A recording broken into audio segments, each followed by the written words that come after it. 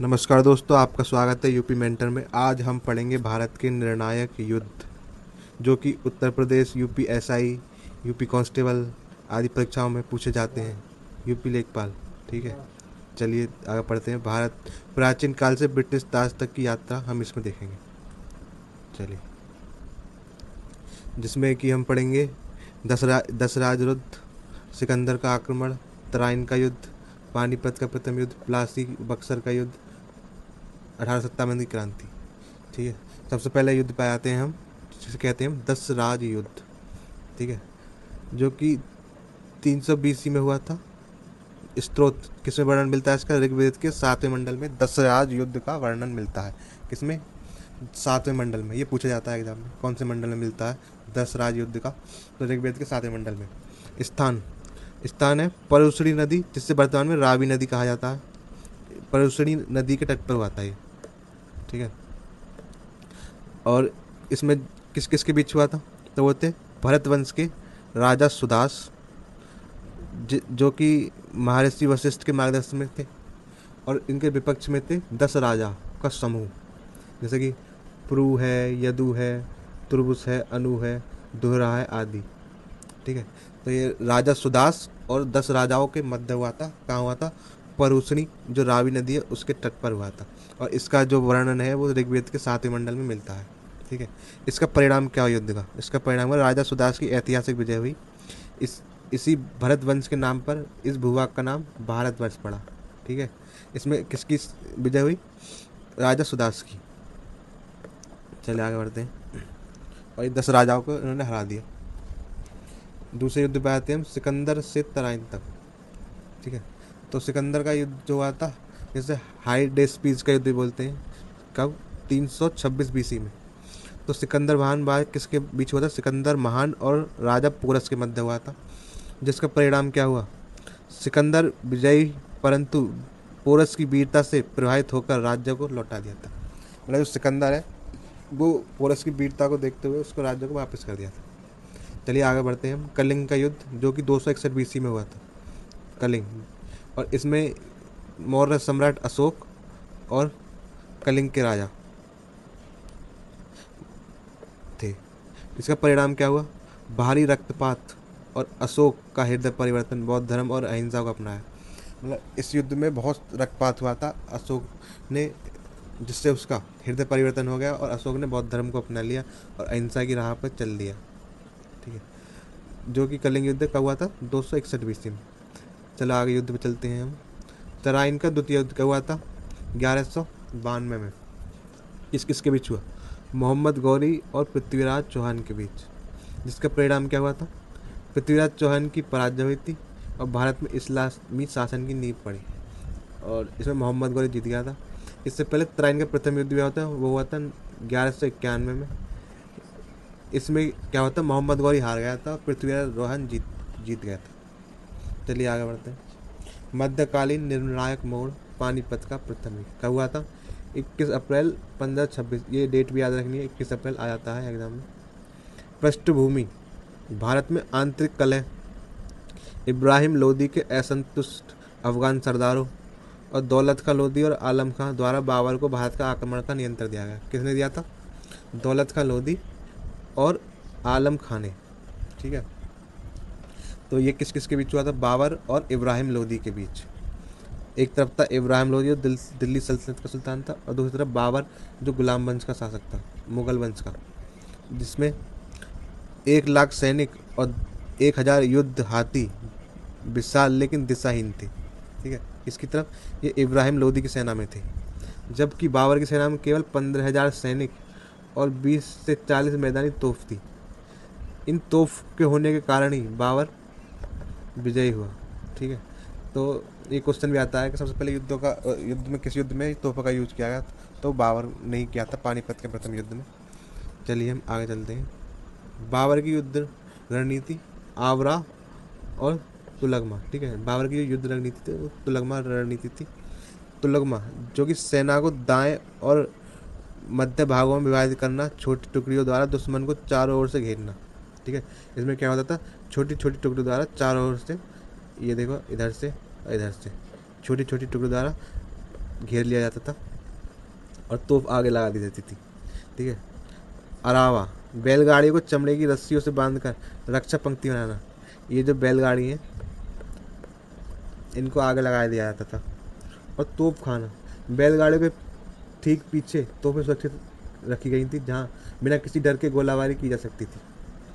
इसी युद्ध की रणनीति से बाबर विजयी हुआ और इब्राहिम लोदी की विशाल सेना को युद्ध के मैदान में पंगु बना दिया और भारत में मुगल साम्राज्य की स्थापना हुई थी। तो कौन ये आता मुगल साम्राज्य की स्थापना किस युद्ध से? पानीपत का प्रथम युद्ध से। चलिए आगे बढ़ते हैं। मध्यकालीन सत्ता और संघर्ष।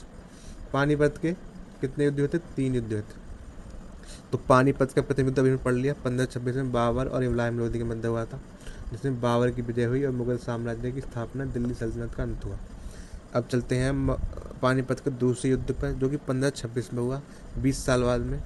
ये याद रखने के लिए 20 साल जोड़ देंगे तो आ जाएगा, 20 नहीं 30 साल बाद। अकबर और हैमू के मध्य हुआ था जो पानीपत का दूसरा युद्ध, अकबर और हैमू के मध्य। अकबर की विजय हुई, उत्तर भारत में मुगल वर्चस्व की पुनर्स्थापना हुई। फिर तीसरा युद्ध आया था पानीपत का, जो कि 1761 में हुआ। यह हुआ था अहमद शाह अब्दाली और मराठाओं के बीच। इसमें मराठाओं की निर्णायक हार हुई, उत्तर भारत में उनके विस्तार पर रोक और ब्रिटिश सत्ता के लिए मार्ग प्रशस्त हो गया। ठीक है, अब आगे चलते हैं। औपनिवेशिक युग का प्रवेश, प्लासी से बक्सर तक का सफर। चलिए अब हम पढ़ते हैं प्लासी का युद्ध। प्लासी का युद्ध कब हुआ? 23 जून 1757 को प्लासी का युद्ध हुआ, जिसमें कि रॉबर्ट क्लाइव और बंगाल के नवाब थे, नवाब सिराजुद्दौला, ठीक है, इनके मध्य हुआ। कारण और स्वरूप का था, जो मीर जाफर है ना, जो सिराजुद्दौला का वो था सेनापति, इन्होंने इसे धोखा दे दिया, विश्वासघात कर दिया और यह युद्ध कम एक कूटनीतिक षड्यंत्र अधिक था। इसलिए जो है रॉबर्ट क्लाइव जीत गए और अंग्रेजों का बंगाल पर अप्रत्यक्ष नियंत्रण हो गया। ठीक है, और जिसमें नवाब सिराजुद्दौला की हार हो गई। फिर दूसरे युद्ध पे आते हैं, बक्सर का युद्ध।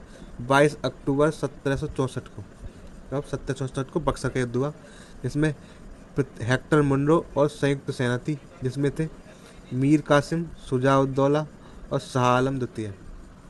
इनकी संयुक्त सेना को हेक्टर मुनरो ने हरा दिया। यह एक वास्तविक सैन्य विजय थी, जिसमें अंग्रेजों को भारत का निर्विवाद शक्ति केंद्र बना दिया। इसी के बक्सर के युद्ध के बाद ही क्या हुई थी? इलाहाबाद की संधि हुई थी, जो कि 1765 में हुई, जिसने अंग्रेजों को बंगाल, बिहार और उड़ीसा के दीवानी अधिकार दे दिए। ये एग्जाम में पूछा जाता है कि किस युद्ध के बाद अंग्रेजों को बंगाल, बिहार और उड़ीसा के दीवानी अधिकार प्राप्त हो गए? तो बक्सर का युद्ध। ठीक है, और ये पूछा था कब इलाहाबाद की संधि कब हुई? 1765 में।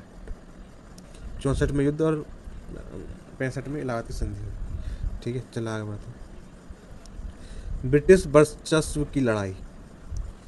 आंगल मैसूर युद्ध कब हुआ था? आंगल मैसूर युद्ध 1767 से 1799 तक, जो कि हैदर अली और टीपू सुल्तान के बीच लड़ा गया। परिणाम क्या हुआ? 1799 में टीपू सुल्तान की वीर गति, टीपू सुल्तान की मृत्यु हो गई। आगे चलते हैं। आंगल मराठा युद्ध, ये चला था 1775 से 1818 तक। परिणाम क्या हुआ? 1818 में मराठा साम्राज्य का पूर्ण पतन हो गया और पेशवा पद समाप्त कर दिया गया। ठीक है, और इससे ही सालवाई की संधि हुई थी। सालवाई की संधि कब हुई? 1782 में, और बेसिन की संधि 1802 में। आगे वाले युद्ध पे चलते हैं। आंग्ला सिख युद्ध, जो कि 1845 से 1849 तक हुआ। इसका परिणाम हुआ अंग्रेजों द्वारा पंजाब का विलय और सिख संप्रभुता का अंत कर दिया। और लाहौर की संधि 1846 में, और बहरवाल की संधि। ठीक है, चलिए आगे बढ़ते हैं। 1857 का महाविद्रोह, एक शताब्दी का असंतोष। ठीक है, जो 1757 जो प्लासी का युद्ध हुआ था, उसे लेकर 100 वर्षों तक ब्रिटिश शासन का शोषण का परिणाम यह हुआ कि 1857 में क्रांति हो गई। 1857 की राजनीति। डलहौजी, लॉर्ड डलहौजी की व्यवगत की नीति, डॉक्ट्राइन ऑफ लैप्स, झांसी, सतारा, नागपुर आदि का अधिकार। जो ये डलहौजी की जो राज्य हड़प की नीति थी, उसमें क्या था कि जो भी शासक होते थे, राजा होते, जिसकी कोई संतान नहीं होती थी, उसको अधिकार नहीं था ठीक है, उसका जो है उस पर अधिकार कर लेते थे जिनकी कोई संतान नहीं होती थी, और वो गोद भी नहीं ले सकते थे किसी को। ठीक है, तो इन्होंने झांसी, सतारा, नागपुर आदि का अधिकरण कर लिया है। और सामाजिक धार्मिक, ईसाई मशीनरी का प्रवेश हुआ, सती प्रथा का अंत, सैनिकों की समुद्री यात्रा के लिए व्यवस्था करना, ये इनके सामाजिक कारण है। ये राजनीतिक, आर्थिक और प्रशासनिक कारण, भारी भू राजस्व नीतियाँ, हस्तशिल्प का पतन, उच्च पदों पर केवल अंग्रेजों की नियुक्ति, उच्च पदों पर केवल अंग्रेजों की नियुक्ति की जाती थी जो कि अत्याचार करते थे। सैन्य और तात्कालिक, कम वेतन और भेदभाव होने लगा था। तत्कालिक कारण, चर्बी वाले कारतूस, ठीक है, जो ये चर्बी वाले कारतूस थे जिसे हमें जो राइफल चलाने के लिए दांत से काट कर खींचना पड़ता था, जिससे सैनिकों की धार्मिक आस्थाएं आहत होने लगी। ठीक है, फिर आगे चलते हैं। चलो, विद्रोह का आरंभ कब हुआ, प्रसार और नेतृत्व। बैरकपुर, 29 मार्च 1857 को मंगल पांडे द्वारा विरोध की शुरुआत की गई। कब? बैरकपुर में मंगल पांडे एक सिपाही हुआ करते थे, उन्होंने 29 मार्च 1857 को क्रांति शुरू कर दी। ठीक है, जो कि फिर मेरठ में 10 मई 1857 को 20वीं नेटिव इन्फेंट्री का सशस्त्र विद्रोह क्रांति का विधिवत आरंभ हो गया। ठीक है, कौन सी इन्फेंट्री थी? 20वीं इन्फेंट्री थी, और ये चौथी, जो मंगल पांडे थे ये 34वीं इन्फेंट्री के सैनिक थे। ठीक है, और दिल्ली में बहादुर शाह जफर जो कि यहाँ सम्राट थे, और बख्त खां इसके सैन्य नेतृत्व करता था। बख्त खां किसके सैन्य नेतृत्व करते थे? ये करते थे बहादुर शाह जफर का। और लखनऊ में बेगम हजरत महल थी। झांसी में रानी लक्ष्मीबाई जनरल ह्यूरोज के विरुद्ध। ठीक है, मतलब झांसी की रानी से कौन लड़ने गए थे? ह्यूरोज। जगदीशपुर बिहार में कुंवर सिंह। नोट, पंजाब और दक्षिण भारत इस विद्रोह से अछूते रहे। ठीक है, 1857 का स्वरूप इतिहासकार क्या कहते हैं? यह महज एक सैनिक विद्रोह था। सर जॉन सीले, ठीक है, ये अंग्रेज था एक, जो कि खंडन करता है, कहता है ये सत्य नहीं है, क्योंकि इसमें केवल सैनिक नहीं बल्कि किसान, मजदूर, महिलाएं और जन सामान्य भी शामिल थे। ठीक है, महज एक सैनिक विद्रोह नहीं है ये। और प्रथम राष्ट्रीय विद्रोह, कुछ भारतीय और राष्ट्रवादी इतिहासकारों ने क्या कहा है? विद्रोह में साझा राष्ट्रवादी दृष्टिकोण का अभाव था। अधिकांश नेता अपने निजी स्वार्थ या छीने गए राज्य के लिए लड़ रहे थे, मतलब एकजुटता नहीं थी किसी में भी। साम्राज्यवाद विरोधी जनसंपर्क, इस समाज के विभिन्न वर्गों, हिंदू मुस्लिम की एकता द्वारा अंग्रेजी सांप्रदायवाद के विरुद्ध लड़ा गया एक व्यापक संघर्ष था। चलिए आगे बढ़ते हैं। मैदानी ढांचा, 1857 के विद्रोह की असफलता के क्या कारण रहे? तो भारतीय पक्ष की कमजोरी और ब्रिटिश पक्ष के लाभ क्या थे, हम पढ़ते हैं। दिशाहीनता, 1857 की क्रांति में सुनियोजित योजना और निश्चित राजनीतिक दृष्टिकोण का पूर्ण अभाव था।